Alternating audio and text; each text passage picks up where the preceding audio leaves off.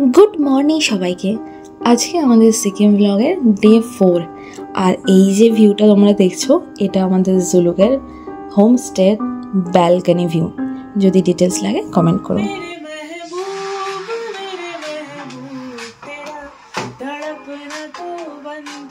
কথায় আছে necessity is the mother of invention.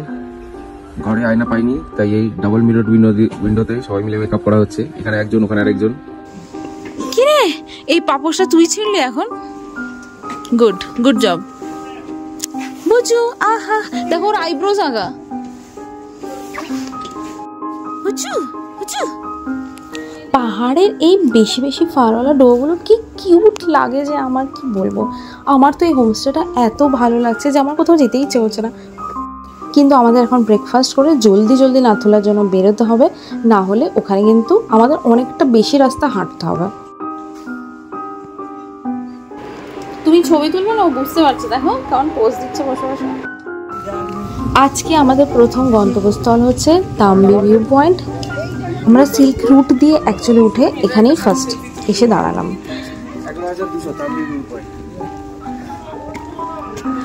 Abhik কেমন লাগছে? নাইস, ভালো লাগছে। নামটা শুধু সিল্ক রুট হলেও এই জিগজ্যাগ রাস্তাটা দিয়ে কিন্তু 15th সেঞ্চুরিতে মিশে গেছিল ভারতবাসীদের সাথে আরও অনেক কিছু, অন্যান্য দেশের আর্ট, কালচার এবং আরও অনেক কিছু। এই রাস্তাটা দিয়ে উঠে আসতেই যা মজা ছিল। 11,200 feet from the sea level.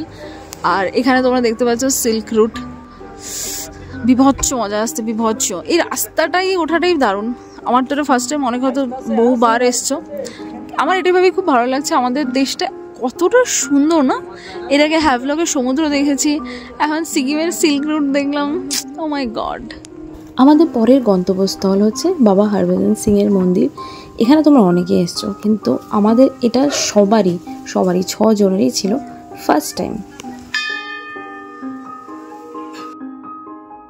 মাত্র 22-23 বছর একটা বাচ্চা ছেলের ভিতরে কতটা দেশভক্তি থাকলে এরকম কিছু সে চলে যাওয়ার পরেও ঘটতে পারে। আবার তুমি জিজ্ঞেস করো ওই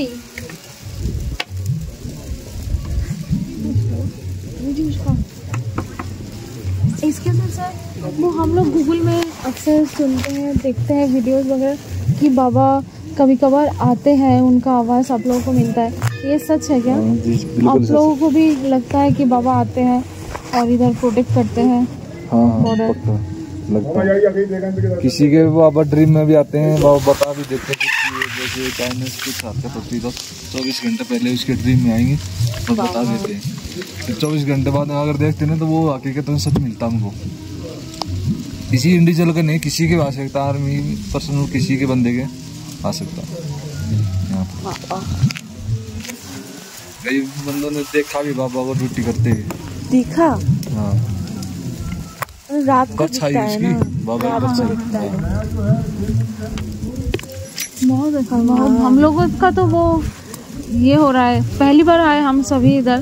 वो गूगल में बहुत सारे वीडियो देखे थे, इधर आके ना वो वाला गूज़बम्स हो रहा है कि कितना कम उम्र में एक आदमी का कितना जुनून रहता है अपने देश के प्रति कि ऐसा कर सकता है कोई। আরও একটা আশ্চর্য ঘটনা সেদিন আমাদের সাথে ঘটে। গাড়িতে আমাদের খুব পেপি সং বাজছিল, কিন্তু যখনই বাবা হরভজন সিং এর মন্দিরে আমাদের গাড়িটা ঢোকে তখন নিজে থেকেই কিছু দেশভক্তির গান হঠাৎ চালু হয়ে যায় গাড়ির ভেতরে, যেটা আমাদের প্রচণ্ড শক করে দিয়েছিল। এখন আমরা 13,000 ফিট উপরে দেখতে পাচ্ছি আমরা এলিফ্যান্ট লেক। যদি এটা ড্রোন ভিউ নিলে দারুণ হতো। उधर पूछ है, उधर पैर है, इसलिए नेचुरल लेक बनाया हुआ है, नहीं है, एकदम नेचुरल है। अच्छा है। दिसंबर में ये पानी क्या बर्फ हो जाता है? पूरा बर्फ ढक जाता है। এটা তুই উপরে মানে বার্ড সাইজে দেখিস তা তো পুরো এলিফ্যান্টের মতো লাগবে। এই জন্য এটাকে এলিফ্যান্ট লেক বলে। নাথুলা রোয়েতে ওঠার সময় আমরা আরেকটা সাইড সিনে এসেছি। এটা নাথাং ভ্যালি ভিউ পয়েন্ট। এই জায়গাটা ভীষণ সুন্দর। এইবারে আমরা যত আরো হাইতে উঠছি তত ওই সবুজ সবুজ ব্যাপারটা পাহাড়টা কমে গিয়ে এবার একটু সাদারে সাদারে রুক্ষ রুক্ষ পাহাড়টা এবার বাড়ছে। ঠান্ডা এখন 4-5 ডিগ্রি টেম্পারেচার হবে, বাট রোদটা আছে বলে সেটা ফিল করতে পারছি না, হাওয়াটার জন্য ফিল করা যাচ্ছে। তবে আমরা তো সব পরেই এসছি, সোয়েটার ময়টার সব, তো তাই জন্য আমাদের অতটা অসুবিধা হচ্ছে না। তোমরা এখানে যখন আসবে জুতো মোজা সব কিছু ঠিকঠাক একদম টিকটক পরে আসবে, যাতে তোমরা এখানে এসে জাস্ট এনজয় করতে পারো। ये जगह किधर है? ফাইনালি আমরা পৌঁছে গেলাম হচ্ছে নাথুলা পাস। দূরে ইন্ডিয়ান ফ্ল্যাগ দেখতে পাচ্ছ। চলো ঘোরা যাক এবার ইন্ডিয়া চায়না বর্ডার।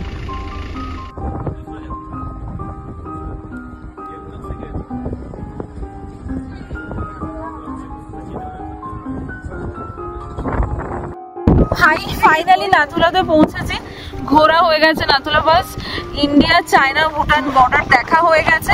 কিন্তু ওখানে যেহেতু মানে ফটো তোলা একদমই বারণ, যারা যারা ক্যামেরা মানে মোবাইল ক্যামেরা যা বের করেছে ছাড়িয়ে নিয়েছে ইন্ডিয়ান আর্মি। আমরা এসব করি না, যেখানে প্রহিবিটেড লেখা থাকে ভাই বার করি না। গুগলে বলছে ছবি ভিডিও আছে, সবাই দেখে নিতে পারো।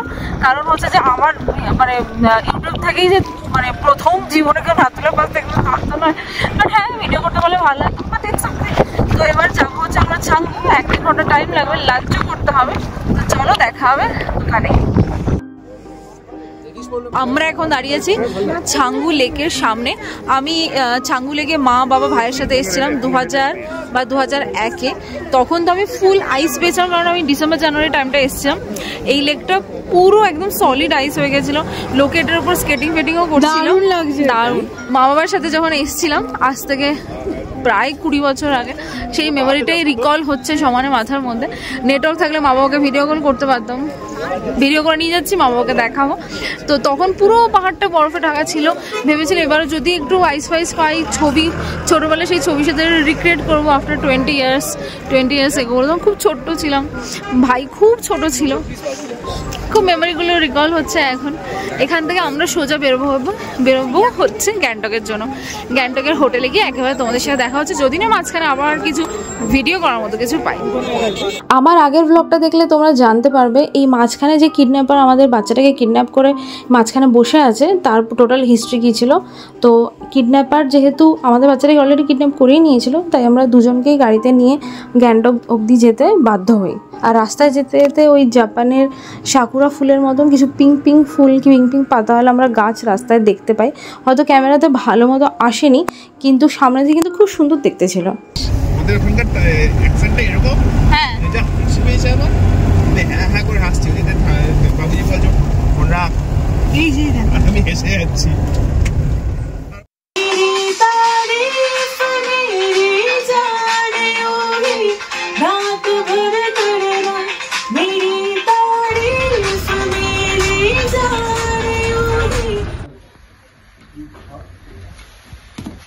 ভিডিওগুলো তোমাদের ভালো লাগছে নিশ্চয়ই, তাহলে পোলো আর অভিকে একটুখানি ভালোবাসা দিও, সাবস্ক্রাইব করে আর কমেন্ট করে।